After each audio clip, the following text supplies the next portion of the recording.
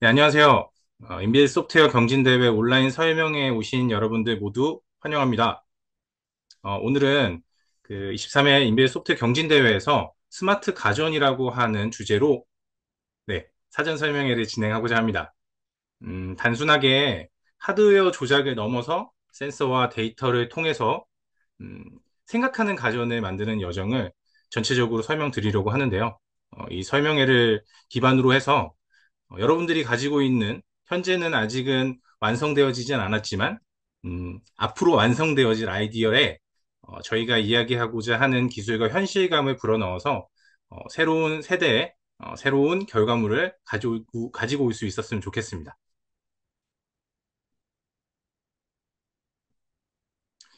네, 가전 부분 설명은 이렇게 네 가지 형태로 이루어질 거고요. 스마트 가전 부분 소개, 그리고 가전 안에서 어떤 식으로 기능들을 제공해야 되는지, 개발 예시 소개 및 Q&A로 진행을 하겠습니다. 네, 우선 전체적으로 부문 소개에 앞서 지금 이렇게 이야기하고 있는 제 소개를 간략하게 좀 드리고자 합니다. 네, 저는 LG전자 CTO 이동훈 책임연구원이고요. LG전자에 2009년도 입사를 해서 약 8년간 다들 아실지도 모르지만, 현재는, LG전자가 휴대폰을 개발하고 있진 않지만요. 이전에는 MC사업본부라는 곳에서 LG전자 휴대폰을 개발하는 안드로이드 콜 프레임워크 담당자로 근무를 했었습니다. 이후에 이제 업을 좀 변경을 해서 2017년도부터는 좀 생소하시겠지만 테크니컬 라이터, 개발자들을 위해 개발 가이드를 작성하고 개발자들이 좀 더 편하게 개발 환경 안에서 정착할 수 있도록 문서를 제공하는 테크니컬 라이터로 약 한 6년에서 7년 정도 근무를 했고요. 24년도부터는 그런 테크니컬 라이터 분들께서 만들어 놓으신 컨텐츠를 기반으로 각 개발자분들께서 좀 더 편하고 좀더 생산성을 높일 수 있는 방향을 제공하기 위한 테크니컬 커뮤니케이터로 활동을 하고 있습니다. 사실 테크니컬 커뮤니케이터, 저희 내부적으로는 에반젤리스트라고 하는데요. 에반젤리스트의 경우에 일단 개발자들이 지향해야 될 목표를 좀 더 넓게 가질 수 있도록 많은 도움을 주고 있고요. 그 안에서 새로운 인사이트를 좀 함께 얻을 수 있게끔 도움을 주는 역할이라고 보시면 될 것 같습니다. 이 역할을 작년부터 열심히 진행을 하고 있습니다. 네, 만나서 반갑습니다. 예, 일단 간단하게 제 소개를 드렸고요. 스마트 가전 부분 소개를 할 예정인데요. 그 소개에 앞서 한번 잠깐 동안의 아이스 브레이킹을 하면서 좀 가벼운 마음으로 접근하려고 합니다. 이 휴대폰을 대부분 다 가지고 계실 텐데요. 이 QR 코드를 한번 접속을 해주시면 설문을 할 수 있는 화면이 나오게 됩니다. 거기까지 들어가시게 되면 네, 이렇게 질문이 나오는데요. 우리 집에 LG전자 가전제품이 있다. 예, 실시간으로 계속 올라가고 있죠. 네. 예, 한 대 정도는 있을 거라고 많은 분들께서 얘기해 주시는 분들도 있고요. 네. 역시, LG전자, 가전하면 LG인데, 현재는 LG 가전, 전체적으로 보시면 한 15분, 20분 정도께서 네, 답변을 주셨지만, 네.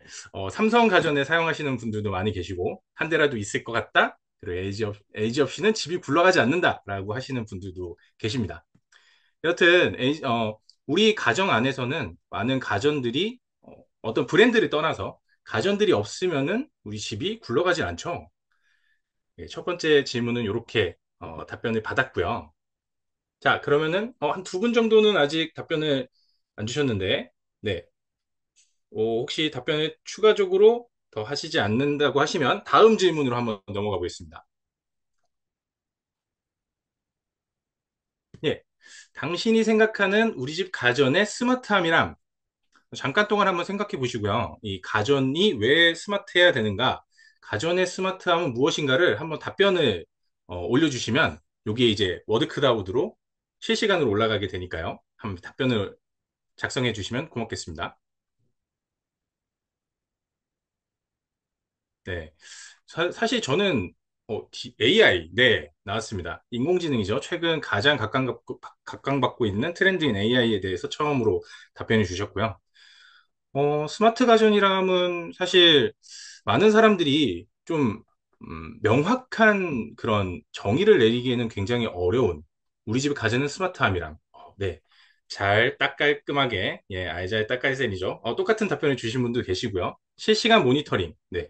모니터링을 통해서 데이터를 이용하면 자연스럽게 그런 가전들이 알아서 일을 하는 알잘 딱깔센 예, 갈 수 있겠죠. 센스 있게 네. 나 대신 일을 하는 역시 예, 사람들이란 일을 하지 않고 좀 놀고 먹고 싶은 생각들이 많이들 가지고 있습니다.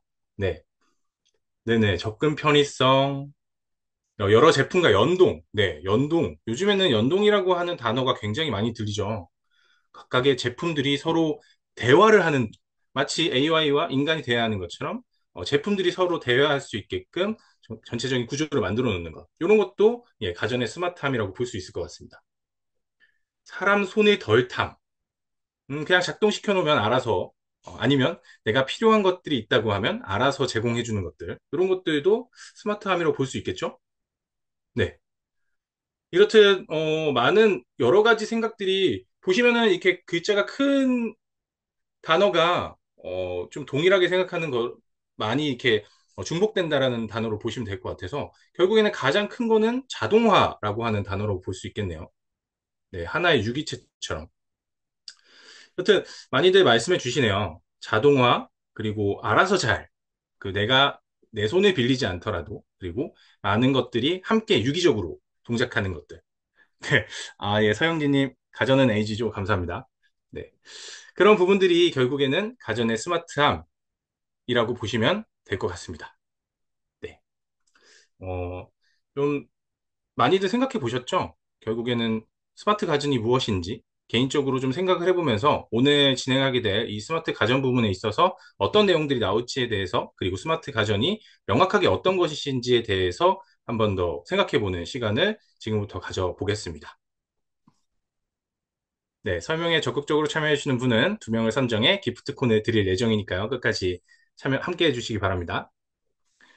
네, 여기까지 뭐 간단하게 스마트 가전에 대해서 그리고 현재 가지고 계시는 가전제품의 종류에 대해서 서로 이제 공유하는 시간을 가졌었는데요. 지금부터 도대체 스마트 가전이 무엇인지, 스마트 가전 부분에서는 무엇을 바라는지 이런 것들에 대해서 좀 이야기를 해보도록 하겠습니다.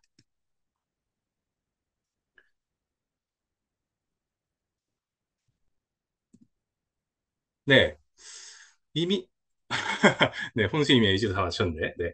이미 많이들 생각해 보셨지만, 스마트 가전이 무엇인가를 생각해 보자면, 뭐, 여러 가지 것들이 있겠죠? 그냥 똑똑한 가전제품, 네. 인공지능, 아까 말씀 나왔던 것처럼 인공지능이 탑재된 가전제품, 남들과는 다른 나만을 위한 가전제품, 아니면 그냥 냉장고나 세탁기가 잘 돌아가는 것들, 이런 것들이 스마트 가전이라고 생각할 수도 있어요. 그래서 우리가 막연히 알고 있는 스마트 가전이라고 하는 단어에 대해서 한번 사전적 의미를 한번 찾아봤습니다. 보시는 것처럼 사전적 의미로는 두 가지 의미를 담고 있는데요. 하나는 기능적으로 제공되어지는 의미랑 그리고 두 번째는 경험적으로 제공되어지는 의미라고 보시면 될 것 같아요. 기능적이라고 하면 마치 예전에 이제 스마트폰과 같은 스마트 기기와 연동해서 원격으로 제품을 조작하거나 여러 가지 부가 정보들을 편리하게 사용할 수 있는 것들, 이렇게 기능적으로 연결되는 부분들을 이제 얘기하고 있고요. 그리고 뭐 경험적 의미로는 스마트 기능뿐만 이런 여러 가지 기능이 서로 융합해서 소비자들에게 좀 더 편리한 생활을 제공한다. 이렇게 정보통신 용어 사전에 두 가지로 정의가 되어 있습니다. 그래서 저도 한번 생각을 해봤어요.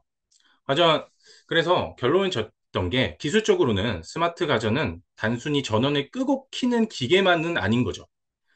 센서와의 통신을 통해서 여러 외부 환경과 사용자 상태 및 를 그 실시간으로 이제 인식을 하고 그 안에 이제 내장된 프로세스 또는 클라우드 기반의 AI를 통해서 상황을 판단하고 자동으로 반응하는 일종의 지능형 시스템인 거죠.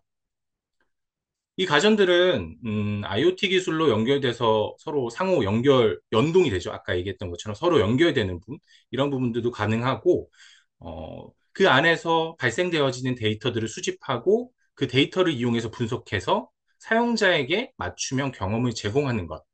즉, 스마트 가전은 센싱, 연결성, 자동화, 지능화. 이 네 가지 축을 중심으로 사용자의 생활을 능동적으로 지원하는 기술, 집약형 제품군이라고 생각을 하고 있습니다. 이 단어들은 이미 벌써 아까 저희가 나눴던 그 단어 안에서 대부분이 다 들어가 있죠. 결국 스마트 가전의 기술 정의는 데이터를 기반으로 판단하고 연결을 통해서 반응하는 지능형 전자제품인 거죠. 그렇다면 경험적 의미로는 어떻게 되는 걸까요? LG전자는 얼마 전에 이제 그 공간, 미래를 열다라고 하는 한 슬로건으로 스마트 라이프 솔루션 기업으로 발돋움하겠다라고 이야기를 했습니다. 스마트 라이프 솔루션, 단어가 약간 추상적이긴 하지만, 어, 스마트 가전과 굉장히 잘 어울리는 단어라고 볼 수 있어요. 내부적인 의미로는 결국에 사용자의 삶의 리듬을 이해하는 동반자가 되겠다라는 의미겠죠. 스마트 가전은 더 이상 단순하게 작동하는 기계가 아니라 그것을 사용하는 사람들이 주가 돼서 그 사람들이 가지고 있는 삶의 리듬을 떻게 분석을 하고 말없이 배려를 해서 필요한 예측 가능한 그 공간 안에서의 파트너로서의 역할을 하는 것을 스마트 가전이라고 생각을 합니다. 예를 들어서 우리가 깨어나는 시간에 어떤 공기 상태나 움직임, 습관까지 다 이제 데이터로 가지고 있다면 스마트 가전은 조용하게 내가 모르게, 사용자가 모르게 당신을 위해서 준비된 환경을 제공을 하는 거죠. 그렇게 되면 결과적으로는 주변의 환경과 그 안에 있는 스마트 가전 플러스 사용자까지 서로 공감하는 그 공간 안에서 생활을 하게 되는 겁니다. 그래서 LG전자에서는 AI, Artificial Intelligence라고 얘기를 하지만 내부적으로는 공감지능이라고 얘기를 하고 있습니다. 그래서 사용자 맞춤형의 환경을 제공하는 것, AI 스마트홈 솔루션을 지향하는 목표로 가지고 있죠. 결국에 이 기술적 정의와 경험적 정의를 조합해 보면 결국에는 한 사용자의 라이프 인텔리전스, 좀 편리하게 살아나가자, 즉 삶의 흐름을 파악하고 참여하는 것이라고 정의할 수가 있을 것 같습니다. 지금 저희는 스마트 홈이라는 네, 스마트 라이프 솔루션 네, 맞습니다. 지금 우리의 모든 그 생활 환경 속에서는 스마트 홈이라고 하는 하나의 큰 흐름 속에 살고 있는데요. 많은 것들이 연결되고 있죠. 집안의 기기들이 인터넷에 연결되고 있고 데이터를 기반으로 서로 기기들이 반응을 하고 있습니다. 뭐 한 가지 예를 들자면 우리가 아침에 학생분들 같은 경우엔 아침에 수업이 없는 날 예를 들어서 미리 설정해둔 시간에 맞춰서 커튼이 자동으로 열리고 조명이 서서히 켜지면서 내 몸을 편하게 깨워주는 환경을 만들어주는 거죠. 또 예를 들어서 강의실로 이제 집을 비우고 나갔으면 어떻게 될까요? 방 안의 조명과 멀티탭 전원들이 자동으로 꺼지고 에어컨도 절전 모드로 전환돼요. 전기세 걱정할 필요도 없고 아주 현실적으로 생활할 수 있습니다. 또 마지막으로 집에 돌아오는 길에는 어떨까요? 스마트폰이 집 근처로 오게 되면 그걸 감지해서 방 안에 조명이 켜지고 미리 따뜻하게 데워진 공간이 기다리고 있을 겁니다. 이 모든 걸 그냥 단순히 복잡한 조작, 아까도 나왔던 것처럼 그냥 알아서 알잘 딱딱했생, 네, 센서와 데이터, 간단한 코딩 몇 줄로 작동할 수 있는 학생 맞춤형 스마트홈 시나리오를 만들어낼 수가 있죠. 사실 스마트 홈이라 하면 되게 거창하다고 생각을 할 수도 있는데요. 이거는 거창한 기술이 아니라 그냥 불편한 점을 해결해 준다. 내가 굳이 내 힘을 들이지 않고도 내가 원하는 것을 맞춤형으로 제공한다. 라고 하는 것이 스마트 홈의 나아갈 길입니다. 그런데 여기서 이제 흥미로운 사실이 한 가지 있는데요. 스마트 홈이라고 하는 시장 안에서 가장 큰 비중을 차지하는 분야가 바로 가전 분야입니다. 단순히 조명을 켜고 끄는 것이 아니라 공기 상태를 분석하고 생활 패턴을 학습해서 먼저 움직이는 거죠. 방금 제가 예시로 설명드렸던 것처럼 내가 직접적으로 하지 않더라도 알아서 해주는 거. 근데 왜 이게 가전을 중심으로 스마트홈이 돌아가고 있는 걸까요?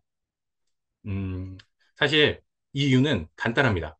바로 우리 삶에서 가장 데이터가 많이 쌓이는, 많이 발생하는 곳이 가전이기 때문이에요.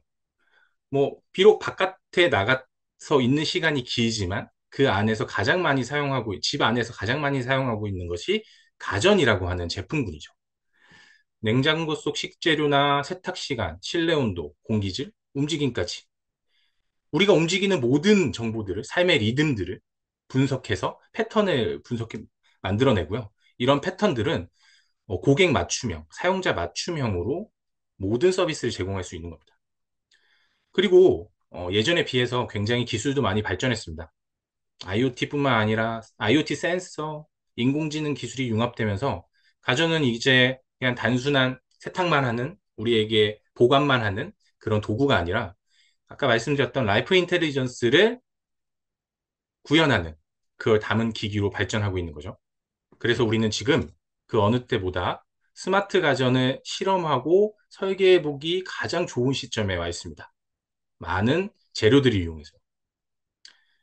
여기 들어오신 모든 분들이 상상하는 서비스와 기술은 이미 사람들의 일상 속에 들어갈 준비가 되어 있고 서로 융합하고 데이터를 이용하면 됩니다.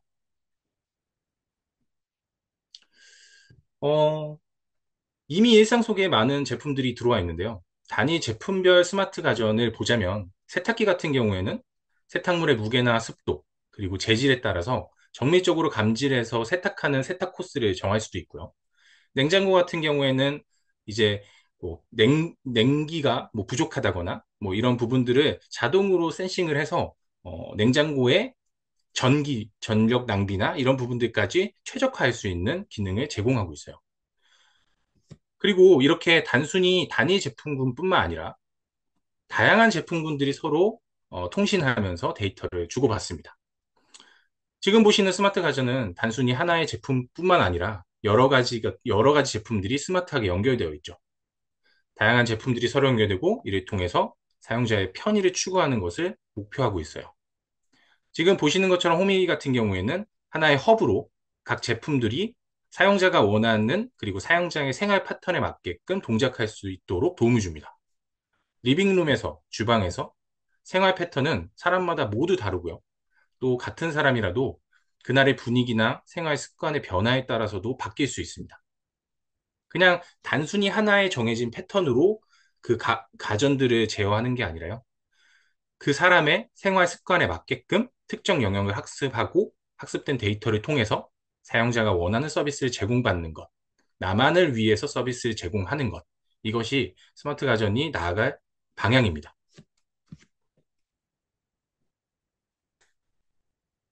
그래서 가전의 사용자가 소통하는 세상을 만드는 것들, 이런 것들이 이번 스마트 가전 부문에서 저희가 목표로 하고 있는 거이고요. 스마트 가전 부문은 단순히 하드웨어뿐만 아니라 그런 하드웨어를 조작하는 걸 넘어서 가전이 서로 생각을 주고받는 세상을 실험하셨으면 좋겠습니다.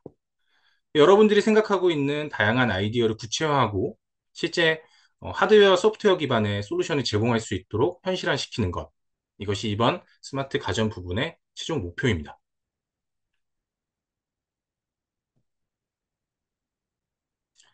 자, 여기까지가 우선 스마트 가전에 대해서 어떤 것인가에 대해서 이야기를 해봤고요.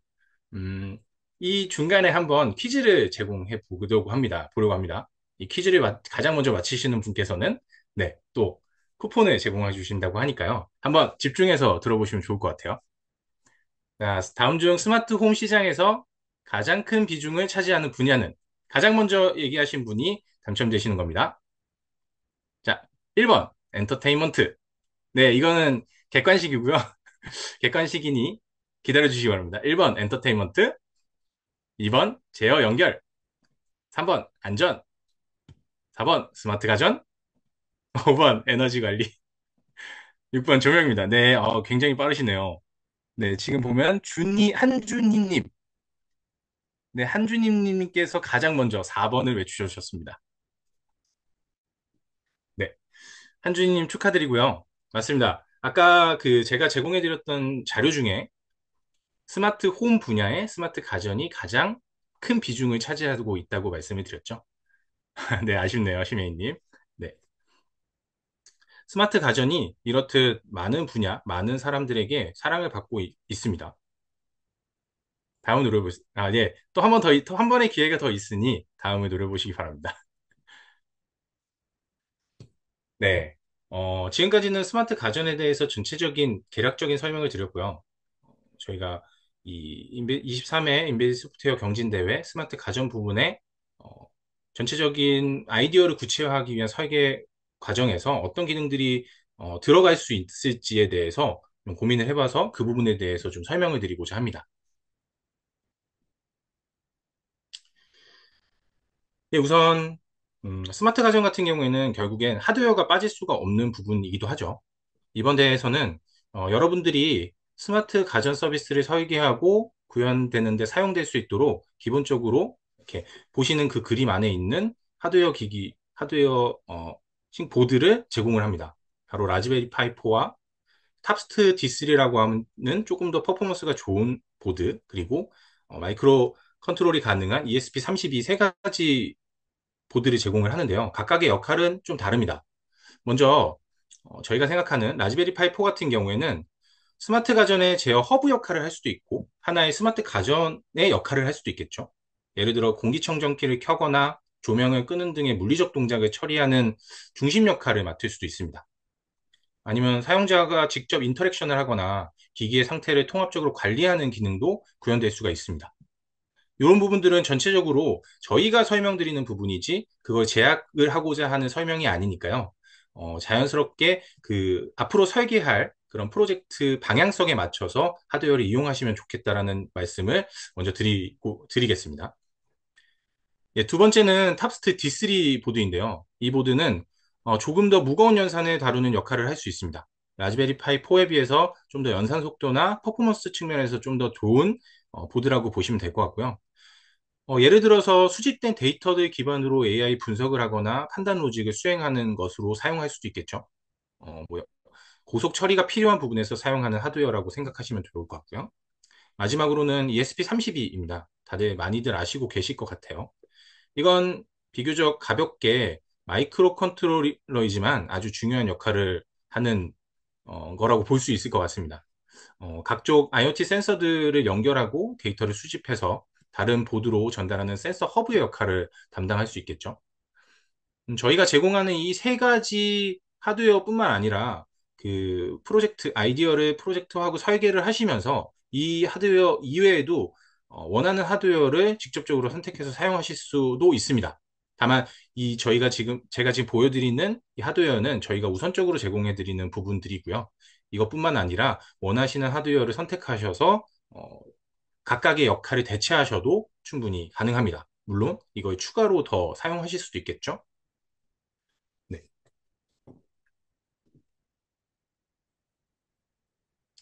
네, 이번에는 약간 소프트웨어적인 기술 요소들에 대해서 설명을 드릴 건데요. 우선 운영체제입니다. 여러분이 스마트 가전 시스템을 개발할 때 그 위에 모든 기능들이 동작하는 가장 기본적인 반탁은 바로 운영체제죠. 운영체제는 센서 데이터를 받아서 처리를 하고 로직을 실행하고 외부와 함께 통신을 해서 통신한 다음에 뭐 제어 명령까지 내려서 하드웨어를 동작하게 하는 중추 역할을 하는 거라고 모두들 아시고 계시겠지만, 네. 이번 그 스마트 가전 부분에서는 특별히 운영체제에 대해서 어떤 운영체제를 쓰라는 정답은 정해져 있지 않습니다. 라즈베리 파이 OS라든지 우분투 타이니 코어라든 우분투나 타이니 코어라든지 욕토리눅스라든지 지금 생각하시고 있는 프로젝트에 가장 맞춤형 운영 체제를 선택하셔서 자유롭게 선택하셔서 적용하실 수 있습니다. 그래서 여러분이 어떤 운영 체제를 고를지 판단하는 기준을 약간 네 가지 포인트 정도로 좀 정리를 해봤습니다. 첫 번째로는 이 개발 환경을 얼마나 잘 알고 있는가라고 하는 개발 편의성 부분인데요. 음, 뭐 미리 알고 계시는 운영 체제를 사용하시는 게 가장 적합할 거라고 생각을 하고요. 만약에 처음 개발하시는 개발자분이 계시다고 하면 어, 라즈베리 파이에서 제공하는 라즈베리 파이 OS처럼 문서와 예제가 많은 그런 플랫폼을 이용하는 것도 운영 체제를 이용하는 것도 하나의 방법이라고 생각합니다. 두 번째는 시스템 요구사항, 내가 만들고자 하는 그 시스템 목적에 맞는 기능 요구를 철저히 들여다보시는 게 좋을 것 같아요. 만약 예를 들어서 실시간으로 제어가 중요하다거나 아니면 서버처럼 클라우드와 데이터를 주고받는 구조가 중요한가? 이런 것들을 좀 잘 생각해 보시면 좋을 것 같습니다. 세 번째로는 확장 가능성과 통합 가능성이에요. 다른 보드나 클라우드, 그리고 모바일 앱과 연동할 계획이 있다면 그 연계에 적합한 운영체제를 선택할 필요가 있겠죠? 마지막으로는 이제 자원의 최적화, 실행 효율적인 측면에서 들여다보시기 바랍니다. 라즈베리 파이의 메모리는 굉장히 제한적이기 때문에 단순한 기능만 필요하다면 부팅 속도가 빠르고 가벼운 타이니코어나 다이어트 파이 같은 것도 괜찮다라고 이야기를 하는데요. 이 부분은 전체적으로 프로젝트 진행하시면서 가장 적합한 OS를 선택을 하시면 좋을 것 같습니다.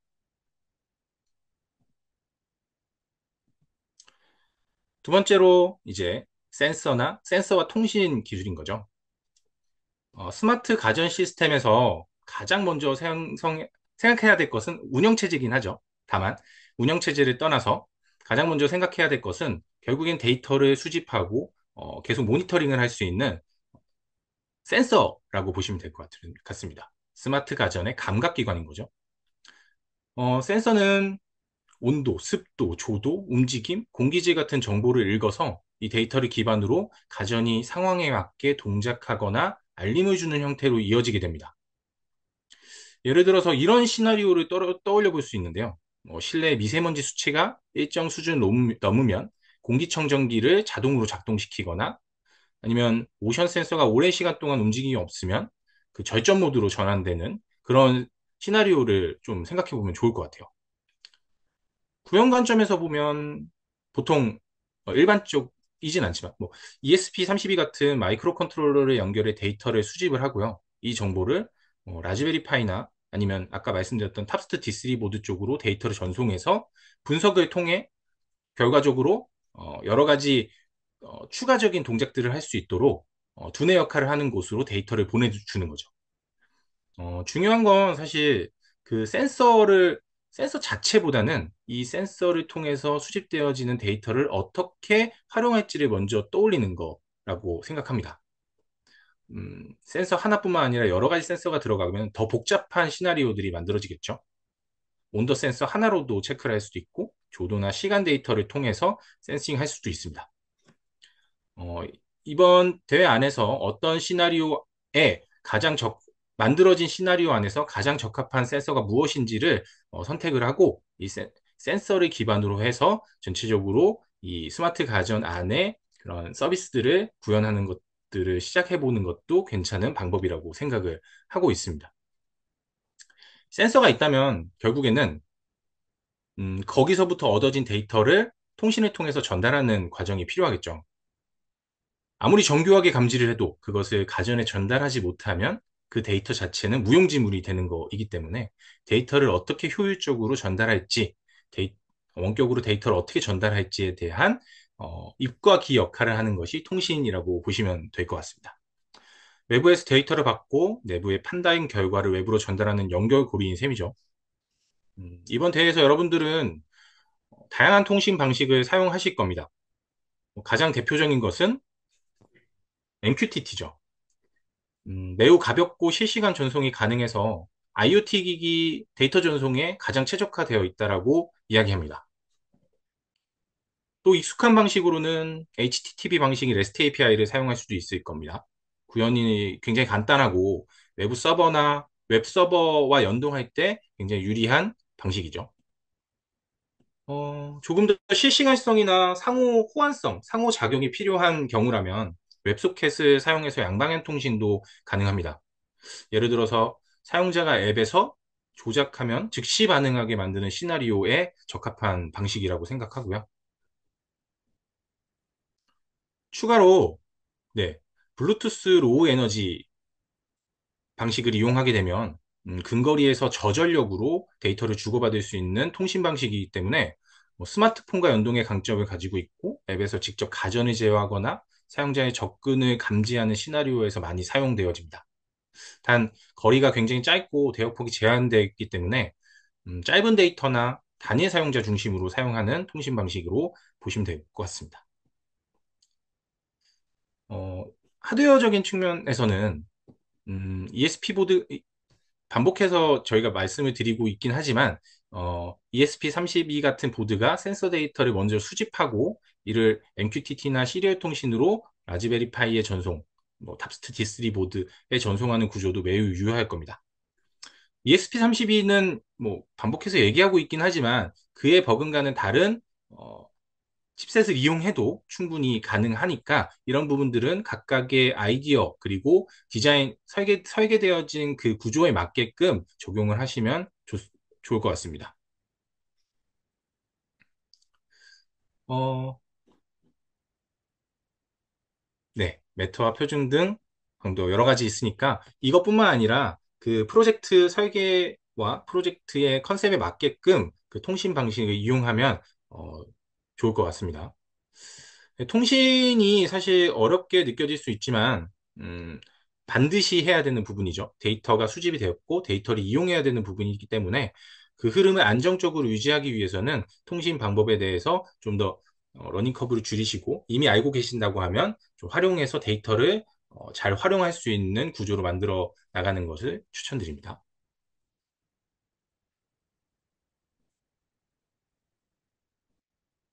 네. 두 번째로는 이제 AI와 인터랙션인데요. 사실 센서와 통신을 통해 데이터를 수집했다면 이제 데이터를 어떻게 해석하고 어떤 기준으로 반응할지를 정하는 부분이 필요하겠죠. 그래서 가장 기본적인 방식은 조건 기반 로직이라고 생각을 하고요. 온도가 뭐 예를 들어서 28도면 에어컨을 켜라. 방 안에 일정 시간 동안 움직임이 없으면 조명을 꺼라. 뭐 이런 식으로 뭐 단순히 if else 문으로도 충분히 구현을 할 수 있겠죠. 그런데 스마트 가전이 좀 더 똑똑해지기 위해서는 그런 조건을 떠나서 패턴을 이해하는 어, 능력이 들어가는 것들이 필요하죠. 바로 여기서 AI 기반 로직이 필요합니다. 예를 들어 밤 11시쯤 항상 선풍기를 켜네, 비 오는 날은 보일러를 틀 확률이 높네, 이런 정보들을 학습해서 이제 AI 기반으로 이제 패턴을 만들어내면 좀 더 스마트하고 똑똑해진 가전 제어가 가능하겠죠. 음, 프로젝트 안에 뭐 고급 머신러닝이나 이런 것들이 반드시 필요한 건 아지만 조건 기반 로직으로도 시작해도 충분하다고 생각합니다. 다만 이게 좀 더 스마트해지는 부분, 패턴, 조합, 사용자 맞춤이라는 키워드를 꼭 염두해 주시고 접근해 주시면 좋을 것 같습니다. 데이터가 단순한 그냥 하나의 값들이 아니라 그 값들이 어떤 의미를 가진다면 훨씬 더 좋은 결과를 사용자들에게 전달할 수 있다라고 생각을 하니까요. 예, 다음으로는 제어 부분입니다. 예, 센서로 상황을 감지하고 로직으로 판단을 이제 내렸다면 그 판단되어진 결과를 이용해서 시스템을 제어하는 것, 손과 발이 필요하겠죠. 그게 바로 제어 시스템입니다. 제어는 스마트 가전에 불을 켜고 모터를 돌리고 팬 속도를 조절하는 모든 물리적 동작을 제어하는 것인데요. 많이들 아시겠지만 GPIO나 PWM, 그리고 I2C나 SPI 기반의 제어입니다. GPIO는 단순히 온오프 하는 제어, 단순히 전기 신호를 온오프 하는 제어라고 보시면 될 것 같고요. PWM 같은 경우에는 펄스의 폭을 조절해서 출력 세기를 조절하는 방식인데요. 펜의 속도나 LED 밝기를 조절할 때도 사용되어지고 주파수와 세밀하게 조절할 수 있는 장점이 있다고 합니다. 네. 마지막으로는 I2C나 SPI 기반의 제어인데요. 이건 통신 프로토콜을 이용해서 정밀하게 제어하는 방식이니까 어, 좀 더 복잡한 장치를 다룰 때는 이 I2C나 SPI 기반의 제어를 사용하시는 것을 추천드립니다. 결국 어떤 제어를 방식을 쓸지는 앞으로 만들어질 아이디어 안에서 시스템 목적과 필요 수준에 따라서 달라진다고 보시면 될 것 같습니다. 잠시 제가 노트북이 지금 파워가 부족한 상황이어서 잠시만 기다려 주십시오.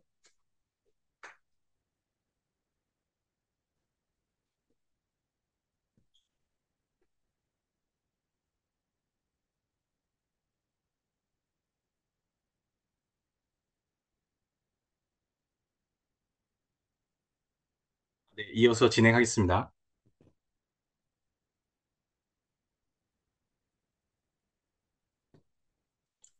네, 다음으로는 역시나 사용자 관리를 빼놓을 수가 없겠죠. 아무래도 어, 개인 맞춤형이다 보니까 스마트 가전이 단순히 자동으로 움직이는 넘어서 네, 스마트해지기 위해서는 사용자를 위한 그런 정보들이 쌓이고 이용하고 판단의 근거로 사용되어 줘야 됩니다. 그래서 사용자 관리를 통해서 누가 이거를 사용하고 있는가 이런 부분들을 다루는 기술이라고 볼 수 있죠. 뭐 예를 들어서 부모님과 아이가 같은 에어컨을 사용한다고 생각을 해보면 아이가 사용할 때는 리모컨 잠금이나 온도 제한 같은 제약을 주고 부모님은 뭐 세부 설정이나 제어까지 모두 할 수 있게끔 해주는 거죠. 이게 바로 사용자 관리의 한 축이라고 보시면 될 것 같아요. 이 기능은 기술적으로 보면 네 가지 핵심 기능을 제공할 것 같은데요. 우선은 사용자가 누구인지 확인하는 단계인 인증 단계, 뭐 핀이나 RFID 태깅 또는 M 로그인 같은 방식들이 있을 거라고 보여주고요. 권한 제어, 두 번째는 권한 제어입니다. 어떤 사용자가 어떤 기능에 접근할 수 있는지를 설정을 하는 거예요. 관리자와 일반 사용자로 나눌 수도 있겠죠. 아니면 아예 기능별로 서로 접근 권한을 나눌 수도 있을 거라고 생각합니다. 세 번째로는 이제 개인 설정, 퍼스널라이제이션인데요. 사용자의 선호도에 맞게끔 온도나 그런 떤 특정 모드를 기억해서 자동으로 적용하는 거인 거죠. 뭐 A 사용자 같은 경우에는 어, 22도의 냉방을 하고 싶고 B 사용자는 26도의 냉방, 송풍 이런 것들 하고 싶다면 그런 부분들을 개인 설정을 제공할 수도 있을 겁니다. 네 번째로는 사용 이력이라고 보여지는데요. 누가 이 기기를 사용했는지 기록하고 데이터를 쌓아 나가는 부분들인 거죠. 보안이나 서비스 분석에도 굉장히 유용할 거라고 헤어지고요. 뿐만 아니라 그런 사용 이력을 지속적으로 모니터링 한다면, 사용자에게 유의미한 사용 패턴을 분석해서 더 나은 서비스를 제공할 수 있는 데이터를 획득할 수도 있을 거라고 생각합니다. 뭐 구현 방식도 굉장히 다양할 거예요. 단순히 핀코드나 NFC 카드 형태로 제공할 수도 있고, 뭐 오스를 통한 앱 로그인 혹은 뭐 롤 베이스드 액세스 컨트롤 같은 것들을 제공해서 역할에 따라서 어떤 기능을 나눌 수도 있을 거라고 봅니다.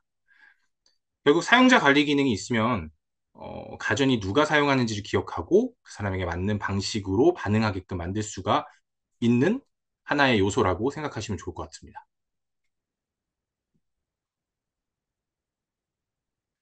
마지막으로는 이제 보안입니다. 스마트 가전이 점점 똑똑해지고 사용자 맞춤형으로 진화할수록 사실 가장 중요하게 생각하는 부분들이 보안입니다. 음, 왜냐하면 데이터가 굉장히 많이 쌓이고 그 데이터를 이용해서 전체적으로 처리하기 때문이죠. 센서 데이터를 수집을 하고 사용자 맞춤 설계를 하고 원격으로 기기를 제어하는 다양한 시나리오에서 그 안의 데이터들은 그 무엇보다도 가장 중요할 거입니다. 외부에서 누군가가 나도 모르게 내 데이터를 가져간다고 하면 최근에 안 좋은 사태도 있었죠. 네. 내가 제공한 데이터가 허가 없이 다른 곳에 사용되어져 버리는 경우들이 생길 테니까요. 보안은 빠지지 않고 챙겨줘야 될 요소라고 생각을 합니다. 그래서 보안은 어, 네 가지 정도로 생각을 해볼 수 있을 것 같은데요. 첫 번째로 통신 암호화. 이전에 이야기했던 것처럼 MQTT나 HTTP 같은 경우에 TLS나 HTTPS를 적용해서 데이터가 중간에 탈취되지 않도록 방지하는 기본 보안을 해야 되고요. 이전에도 설명드렸던 것처럼 사용자 관리 측면에 사용자 인증을 통해서 기기를 조작하려고 하는 사용자가 누구인지를 반드시 확인을 해주는 것이 보안에서는 가장 중요한 핵심 요소라고 볼 수 있을 것 같습니다. 또한 인증된 사용자라도 모든 기능에 접근하면 안 되겠죠. 접근을 제어하는 권한을 부여하는 부분들도 보안의 한 영역으로 볼 수 있고요. 또 사용자 설정 값이나 기기 로그 등 어, 이미 저희가 취득한 데이터들에 대해서 로컬에서도 직접 제한하거나 암호화해서 보완하는 것을 추천드립니다. 특히 설정 파일 같은 경우에는 하드 코딩을 그냥 해놓으면 쉽게 노출이 될 수도 있으니까요. 그 부분에 대해서는 좀 주의를 해주는 것이 좋습니다. 물론, 이번 대회에서 이 모든 걸 다 구현하는 건 어려울 수 있습니다. 하지만 통신 암호화, 기본 인증, 설정 보호 같은 최소한의 보안 요소는 한번 고려해 보시는 것을 추천드립니다. 시스템이 신뢰를 얻는 것, 그건 성능이 좋은 것보다 먼저일 때도 있는 건 많이들 느끼고 계실 거라고 생각합니다. 여튼 그냥 단순히 스마트 가전 안에서 가장 필요한 요소들을 총 6가지로 꼽아서 설명을 드렸었는데요. 이 기능들이 반드시 다 들어가야만 하는 건 아닙니다. 이 기능에 추가적으로 더 들어갈 수도 있고요. 각각, 각 프로젝트에서, 어, 설계한 구조에 맞춰서 이런 기능들이 최대한 포함되고, 단순히 기능이 포함되는 것뿐만 아니라 그 기능이 서로 유기적으로 잘 동작할 수 있는 결과물을 만들어내는 것. 이것이 가장 중요하다고, 보시면 좋을 것 같습니다.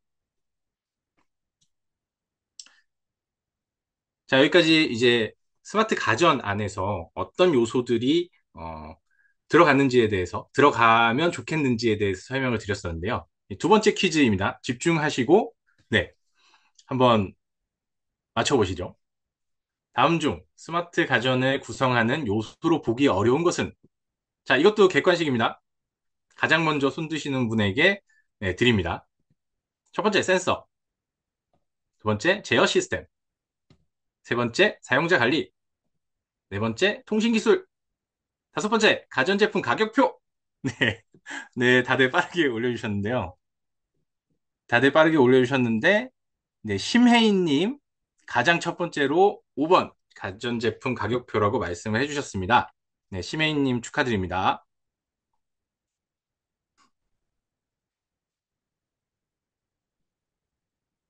네, 지금까지는 이제 스마트 가전이 무엇이었고, 스마트 가전 안에 어떤 것들이 들어가서 어떻게 서로 융합해서 그런 시너지를 낼 수 있는지, 그런 것들에 대해서 얘기를 드렸다면, 이제 저희가 그냥 스마트 가전 시나리오를 한번 예시로 만들어 봤습니다. 이 예시는, 먼저 얘기 드리자면, 그냥 단순히 하나의 예시일 뿐, 베스트 프랙티스라고 생각하실 수도 있겠지만, 베스트 프랙티스가 아닐 수도 있습니다.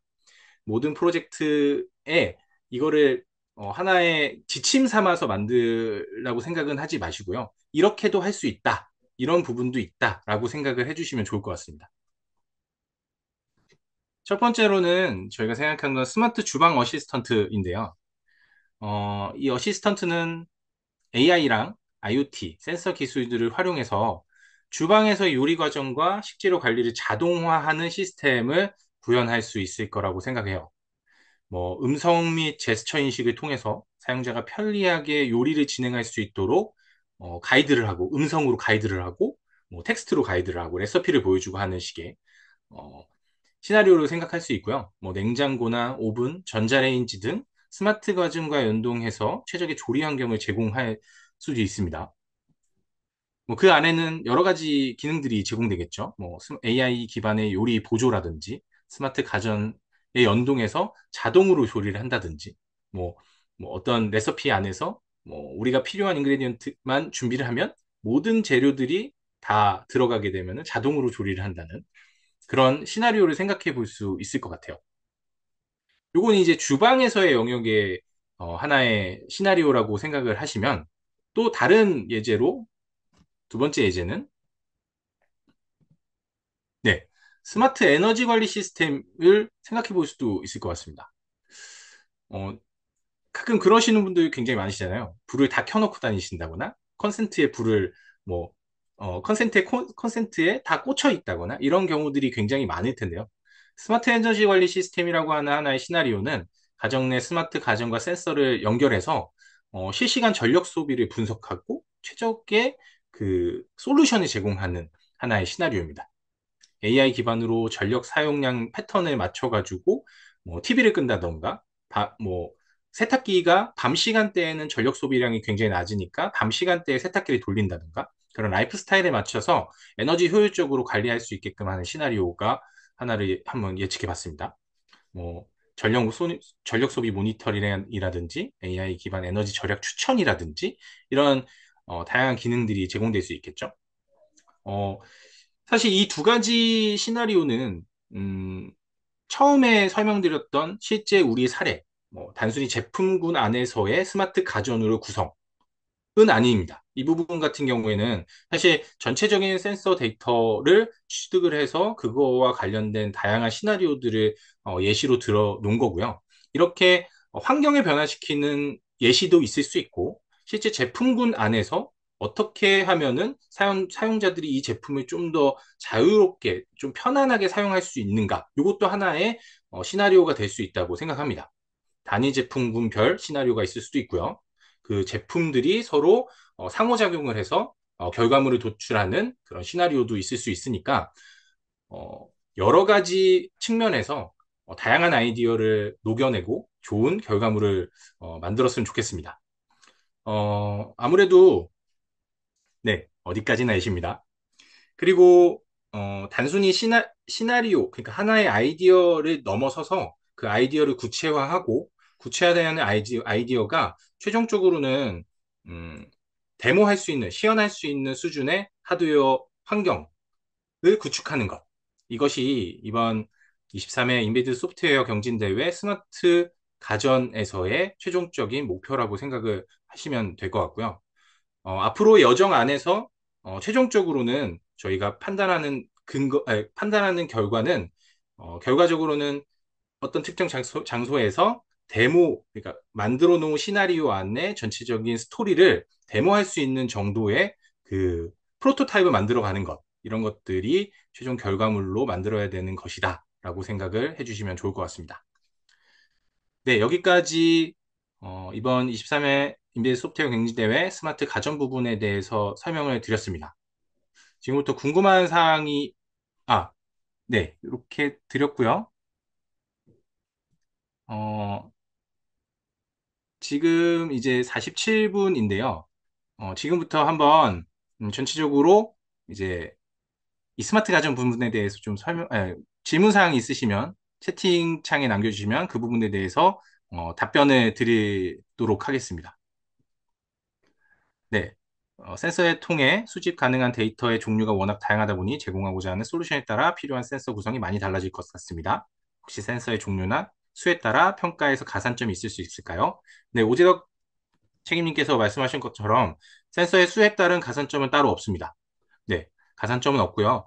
다만 그런 센서들을 여러 개 조합하고 새로운 시나리오를 만들어냈을 때 그게 실제 사용자에게 어느 정도 영향력을 미치느냐 이런 부분에 대해서는 아마 판단의 근거로 사용하시지 않을까? 현실적으로 이제 시중 제품으로 나갔을 때 이런 것들이 얼마나 도움을 줄 수 있는가? 이런 것들이 하나의 포인트가 되지 않을까 좀 생각해 봅니다. 아무래도 실용적으로 봤을 때 별로 필요 없는 조합이라고 하면 많은 사람들이 이건 굳이 만들 필요 없겠다라고 생각을 하실 수도 있기 때문에 이런 부분들을 잘 조합해서 어, 뭔가 사용자에게 실제로 필요한 시나리오를 구축하고 그거를 제대로 설명해 주시는 부분들 이런 것들을 해주시면 좋을 것 같고요. 어, 시중에 나와 있는 제작 키트 사용에 허가되는지 여쭤보고 싶습니다. 일단 저희가 제공되어지는 하드웨어랑 그 하드웨어 주변 기기들이 이제 아마 공지가 나갈 텐데요. 그 하드웨어 제품뿐만 아니라 시중의 키트나 사용 만들어질 아이디어 안에서 필요한 하드웨어적인 제품들이 있으면 그거를 따로 준비해서 사용하셔도 무방합니다. 하드웨어, 네. 답변이 되신지는 모르겠네요. 네. 하드웨어와 소프트웨어 중 어느 쪽에 비중을 두는 것이 좋을까요? 이거는 어느 쪽에 비중을 둔다라고 하기보다는 전체적으로 결국에는 이 스마트 가전이라고 하는 것 자체가 하드웨어와 소프트웨어가 서로 융합돼서 어떤 서비스를 제공하거나 사용자가 봤을 때 좀 편리하다고 느낄 수 있을 만한 어떤 솔루션을 제공하는 것, 이런 것들을 목표로 두기 때문에요. 어느 것에 비중을 두는 거가 중요하기보다는 이 결과물이 과연 사용자에게 어느 정도의 임팩트를 줄 수 있는가, 이런 것들이 아이디어에 좀 많이 녹아들었으면 좋겠습니다. 그래서 저희가 최종적으로 그 설계되어진 프로젝트 안에서 어, 실제 시연하는 과정에서 하드웨어와 소프트웨어가 둘 다 제대로 올바르게 동작해야지만 처음에 계획되어진 플랜이 정상적으로 동작하는 거이니까요. 이 부분에 대해서는 어느 쪽 한쪽에 비중을 크게 두기보다는 적절하게 잘 조합해서 결과물을 만들어내는 것, 그런 부분들을 좀 생각해 주시면 좋을 것 같습니다. 네, 공지되어져 있는 장비 외에 다른 지원은 저희가 따로 지원하는 부분은 없고요. 네. 운영체제 외부 SOS를 사용하면 가산점이 있을까요? 이번에는 저희가 외부 SOS를 따로 사용하지 않고 운영체제를, 오픈 풀풀 운영체제를 사용하는 부분이기 때문에 따로 가산점은 없습니다. 네, 이미 답변을 주셨네요. 네. 네. 결과물의 크기 제한이 있을까요? 결과물의 크기 제한은 특별히 없지만요. 이게 사실 시연을 하기 위해서는 그 크기가 엄청 커지게 되면 시연 장소에 제한이 있을 수도 있고 아무래도 그 물건을 갖고 이동하는 부분에서도 또 제한이 있을 수 있다고 보여지고요. 만약에 그런 부분에 대해서 특별히 문제가 되지 않으시다고 하면 그런 부분에 대한 특별한 제한은 없습니다. 혹시 구글 폼으로 작성한 사전 질문의 내용에 대해 답변을 따로 안 해주시는 건가요? 어, 혹시 어떤 질문들을 하셨는지, 잠시만요. 제가 몇 가지 질문 사항들을 쭉 읽어봤는데, 오늘 저희가 이 사전 질문 내용들을 보면 대부분 오늘 설명드린 부분들에 대해서 많이, 어, 설명이 되어지지 않았을까를 생각을 좀 해봤는데요. 지금 여기에 한번 그 질문에 대해서 올려주실 수 있을까요?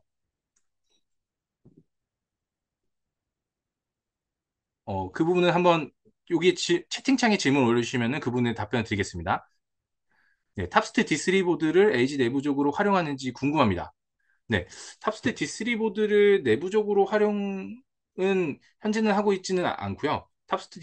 지난 이제 22회 인베이스부터 경진대회에서 그 탑스텝 D3 보드도 함께 사용하는 방식으로 진행을 했다가 이번에 이제 오픈 플랫폼, 오픈 OS 기반으로 했을 때 탑스텝 보드 같은 경우에는 퍼포먼스가 좀 더 뛰어나는 측면이 있기 때문에 아무래도 AI를 컨트롤하거나 뭐 분석하는 부분으로 사용하면 좋겠다 싶어서 올해도 탑스트 D3 보드를 제공하게 되었습니다. 그렇다라고 생각하시면 좋을 것 같고요.